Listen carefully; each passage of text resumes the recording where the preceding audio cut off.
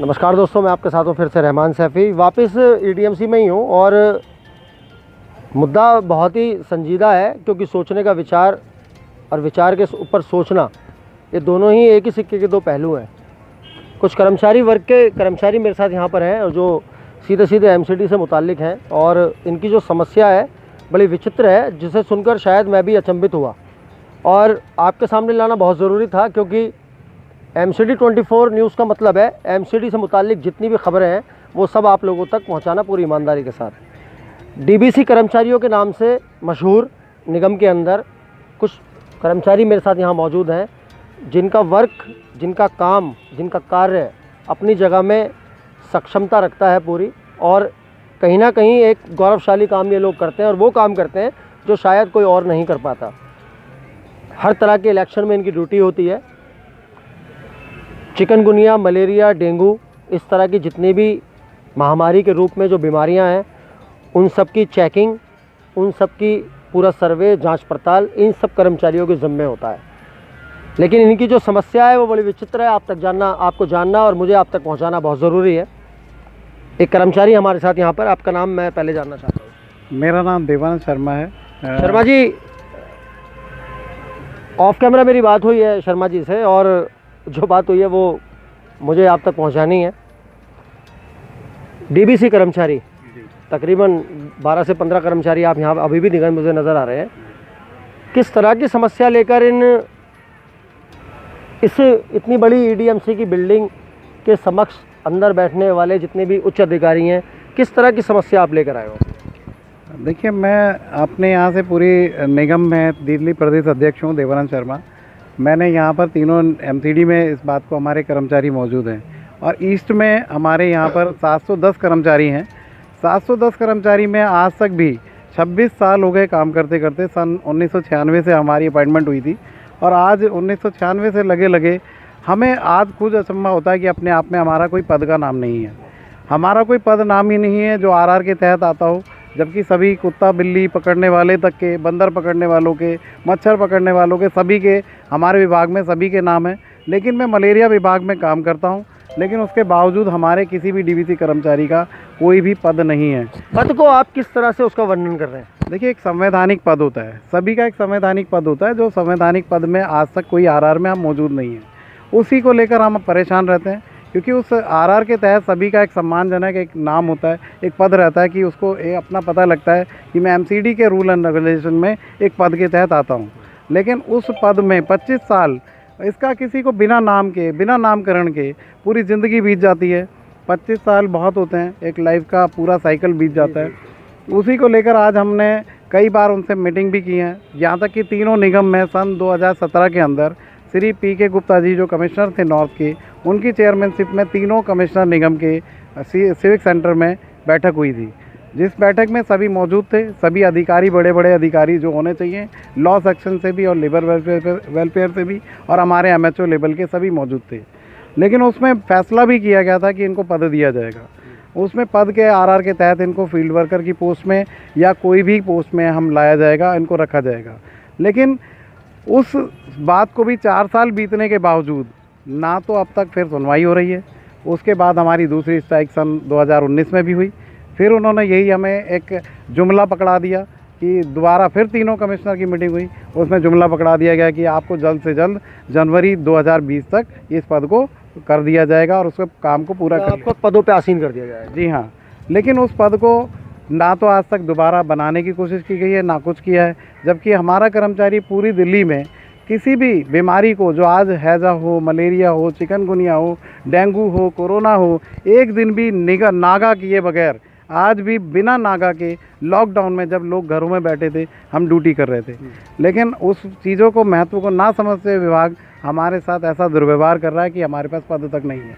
बिल्कुल, यहाँ पर मैं एक बात ज़रूर बताना चाहूँगा सभी लोगों को और सभी मेरे दर्शकों को और सभी मेरे निगम के जितने भी साथी इन सब मेरे कार्यक्रमों को देखते हैं, इन खबरों को सराहते हैं, कि डैम्स विभाग ही नहीं, शिक्षा विभाग ही नहीं, हॉर्टिकल्चर ही नहीं, और जितने भी अन्य विभागों के पास हम जाते हैं, खाली बस वही इस दौड़ में शामिल नहीं है। इस निगम के सताए हुए वो सिर्फ वो लोग नहीं हैं, ये लोग भी हैं।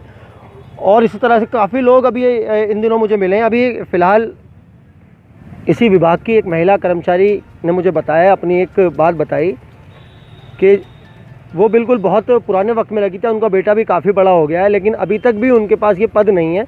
मैं खुद उनके मुंह से आप तक ये जानकारी पहुंचवाना चाहता हूं।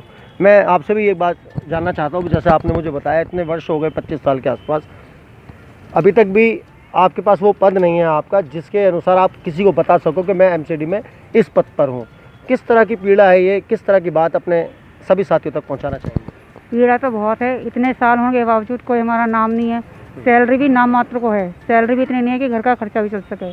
किराए पे रहते हैं, बच्चे भी बड़े हो चुके हैं, उनको कैसे आगे पढ़ाएं और कैसे क्या करें, सब समस्या है। हम बस इतना चाहते हैं कि ये हमें नाम तो दे दें, पद दे दें, जिससे हम आगे की लड़ाई खुद लड़ेंगे। पद तो दे दें कम से कम, जिसके सहारे हम आगे कर सकें। बिल्कुल, ये बिल्कुल अपनी जायज़ हक जो है मांग रही हैं सभी जितने भी कर्मचारी हैं। मैं आपसे भी ये बात जानना चाहता हूँ कि जिस तरह से अभी इन्होंने बताया, आप किस तरह से इन शब्दों को पहुँचाना चाहेंगे? पद नहीं है, उसकी वजह से हमें जो बेसिक जो फैसिलिटीज़ हैं वो भी हमें नहीं मिल पाती। जैसे ईएल है, मेडिकल वगैरह है। अगर हम बीमार हैं, एक दिन की हमें छुट्टी करनी पड़ जाए तो उसकी हमारी सैलरी कटेगी। तो इस कम से कम हमें पद नाम हो तो उसके अकॉर्डिंग हमें बेसिक फैसिलिटीज़ मिलनी शुरू हो जाए। और किसी भी अगर हम जाते हैं, हम बोलते हैं कि हमें कम से कम जो हम काम कर रहे हैं उसके अकॉर्डिंग हमें उसके जो दूसरे लोग काम कर रहे हैं हमें सेम वर्क सेम पे ही दे दो। तो बोलते हैं किस पद के आधार पे दें? कोई पद ही नहीं है, आपका पद नहीं है तो हम आपको किस बेस पे दे सकते हैं? बिल्कुल बिल्कुल, निगम का एक बहुत बड़ा कुठाराघात है ये, और कहीं ना कहीं कर्मचारियों को गुमराह करने की जो एक बहुत बड़ी साजिश जो हमेशा निगम प्रशासन ने इन छोटे कर्मचारियों पर जो हमेशा से चलाई है अपनी, वो बराबर कहीं ना कहीं हमें रोज़ देखने को मिल रही है। मैं चलते चलते आपसे भी ये बात जानना चाहता हूँ कि जिस तरह से सभी कर्मचारियों की ये परेशानी, ये पीड़ा है, किस तरह से इसका वर्णन करना चाहेंगे? जी, मेरा नाम मदन पाल है। मैं एनटी मेरे एक कर्मचारी यूनियन से महासचिव हूँ, दिल्ली प्रदेश से, और पूर्वी दिल्ली नगर निगम में तैनात हूँ नौकरी में। और मैं ये कहना चाहूँगा सर, 24 साल आप भी डीबीसी के कर्मचारी? डीबीसी कर्मचारी हूँ और 24 वर्षों से हम निगम में नौकरी कर रहे हैं। मैं 24 वर्ष से पूर्वी दिल्ली में निगम में काम कर रहा हूँ। दिल्ली की जनता तो डेंगू, मलेरिया, चिकनगुनिया जैसी जानलेवा घातक बीमारी से बचाने के कार्य में लगे हुए हैं। लेकिन हमने इतने वर्ष यहाँ पर गंवाए हैं। जिस दिन मैं भर्ती हुआ था, मेरे साथी और उपचार भर्ती हुए थे, हमें एक उम्मीद थी कि हम यहाँ पर कुछ लेके जाएंगे। लेकिन 24 वर्षों के अंदर, उस टाइम पहले हम जवान हो गए थे, आज हम बूढ़े हो गए। लेकिन इन 24 वर्षों के अंदर हमने पूरा जीवन बिताया और दिल्ली की जनता को बचाने का काम हमने किया। लेकिन आज हम इस रास्ते पे आ गए, सड़क पे बैठे हैं। आज हम ना तो हम बाहर जा सकते हैं ना अंदर आ सकते हैं, क्योंकि आज हमारे बच्चे जवान हो गए, कई बच्चों की लड़की शादी होगी। आज हम इस पोजीशन पे 12,000 13,000 में हाथ में आ रहे हैं। बच्चों की क्या शिक्षा हम कर पाएँ? क्या बच्चों को हम उनको नौकरी पे लगा पाएँ? क्या हम मकान बना पाएँ? क्या बच्चों को हम सेट कर पाएँ? आज हम सड़क पे बैठे हुए। मैं तो ये कहना चाहूँगा कि हम एक उम्मीद से आए थे कि हम ये पक्के हो जाएंगे। पढ़ाई भी हमने करी है, ऐसा डिप्लोमा हमने करा, लेकिन आज हम सड़क पर बैठे हैं, बिल्कुल बैठे। एक तो मैं कहना चाहूँगा, हमने सिर्फ यही तो कहा कि हमें एक पद दिया जाए। 24 वर्षों में ऐसा दिल्ली के अंदर कहीं नहीं हुआ जो हमारे साथ अन्याय हो रहा कि हमें एक पद तक नहीं दिया गया, बिना पद के काम कराए जा रहे। मैं पूछना चाहता हूं आपके माध्यम से अधिकारी से, एक 24 वर्षों में बिना पद के किस आधार पर काम करा रहे हैं?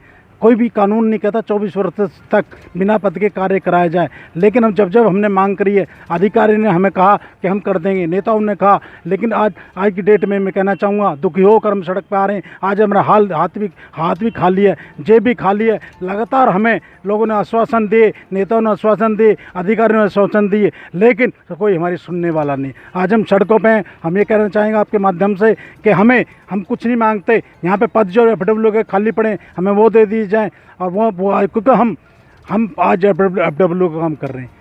हम आज के डेट में DBC कर रहे हैं, हम अपना एंटी लार्वा कर रहे हैं, फॉगिंग कर रहे हैं, अब जो हाउस टैक्स में कर्मचारी में जो लगे हुए वो काम कर रहे हैं।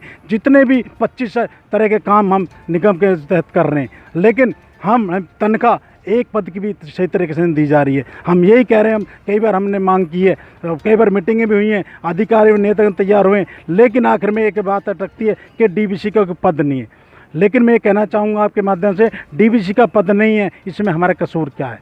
25 वर्ष पहले हम आए थे, एक डीबीसी के पद पर नौकरी करने आए थे। डीबीसी की बाकायदा पोस्ट निकली थी, बाकायदा उसके फॉर्म भरे गए थे, बाकायदा हमारे इंटरव्यू हुआ था, उस पर लिए गए थे हम। लेकिन आज हमें कहते पद नहीं है।